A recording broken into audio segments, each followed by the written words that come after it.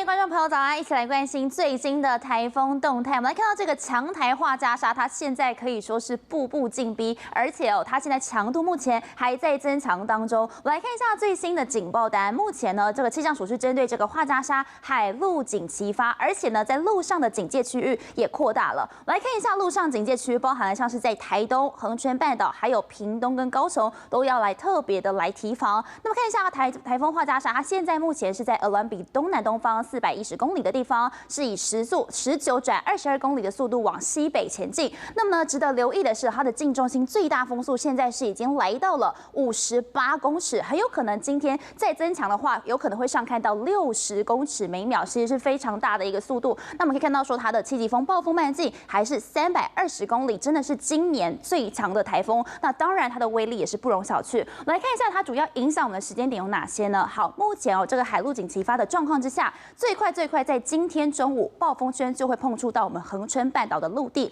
那么呢，可能在今天晚间，就是整个暴风圈涵盖陆地最大的时候，包含了像是在高雄、屏东，还有恒春半岛以及台东，都是需要提防强风豪雨。那紧接着呢，看到在周二中午的时候，本岛是已经脱离暴风圈了，但是因为这个台风的环流真的非常的大，所以呢，在它脱离暴风圈之后，台湾还是会受到这个风势雨势的影响。我们来看到，其实今天早上就觉得风雨非常的有感了，因为透过雷达回波图上可以发现说，今天在台风慢慢靠近的过程当中，当然外围环流已经为东半部还有基隆北海岸来带进一些水汽。那气象署早上的时候呢，也针对了很多个县市都来发布了豪雨以及大雨特报。来看到其实包括像是在整个北部地区，基隆、双北还有桃园、台中、南投这些地方，都现在有下起局部大雨的几率。那另外包含像是在屏东、花莲还有宜兰、台东东半部地区，雨势又是比较大一点点的。那么看到说这一次这个雨到底会下到什么时候呢？好，今天来讲的话，今天一路到明天一整天就会是这一次风雨最剧烈的时候，尤其在晚上的时候。我们透过这张图可以看到，今天晚上到明天的清晨，包含整个东半部地区就是降雨的热区。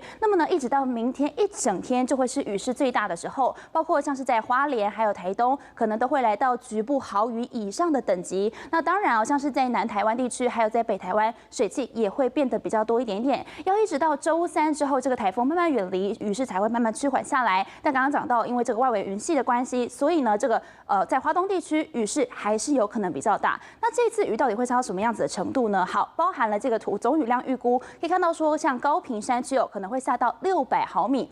特别要提醒，在花东的山区可能会上看到800毫米，一样，宜兰的山区也是需要留意的。那这一次除了雨量之外，我们还是要提醒有可能会带来比较强的风。特别要提醒，在兰屿绿岛离岛地区，兰屿绿岛还有在恒春半岛可能会来到12到13级的强阵风。另外，整个离岛地区包含了马祖、金门、澎湖，可能会上看到9到10级的阵风。另外还有在沿海地区的话呢，可能这个风速也是会比较强的。所以提醒您，现在台风正在步步进逼当中，一定要随时的留意最新的台风动态。以上是这一节的气象资讯。